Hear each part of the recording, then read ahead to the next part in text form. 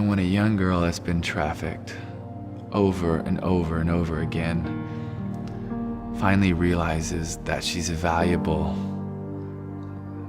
not because of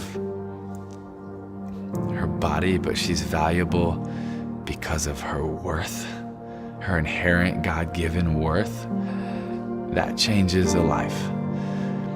But I would say, just like anything, some of them hit you harder than others.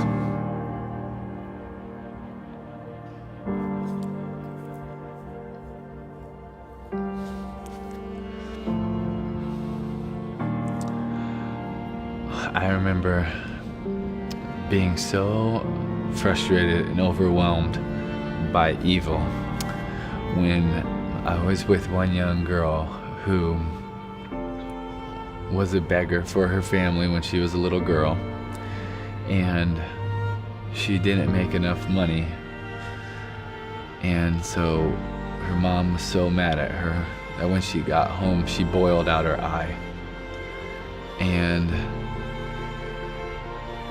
she did that so that she would look even worse, so that she would make more as a beggar. So when she was put back on the street, she still didn't make enough. So they sold her as a slave. And thankfully, a few years after, we were able to be part of a team that was able to rescue her and bring her to a safe place. But I still couldn't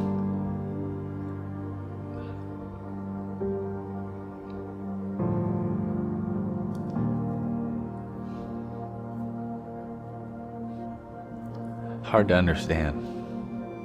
That wasn't done by this evil man that was trying to make a lot of money, and it's not like the movie Taken. This was done because a mom was on her own and she got caught up in a lot of bad things, and her child became worthless to her. She was willing to trade her child for a couple of dollars. And not only was she willing to trade her, but she was willing to brutally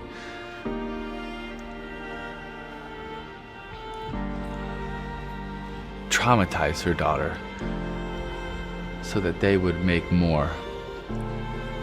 So when I think about a sweet young girl and everything she's been through, and thankfully where she's at now, and the love that she's experiencing, even though to me it feels like, oh, it's just so late. But God in His sovereignty is never late, and as mad and as frustrated and as disappointed as I was / sometimes still am, I know that my empathy or sympathy or love for her never compares to what God's love for this sweet young girl was, is, and will always be. And so I have trouble coping with it with my own thoughts or feelings, but how I do it is I know that while I can never share her name to this camera, God's never forgotten her name. And while I've only understood a tiny bit of her pain, God knows every bit of it. And while it makes me so happy to see her enjoy some of the just easy things in life, and having brothers and sisters, and joy, and being able to go to school and having friends,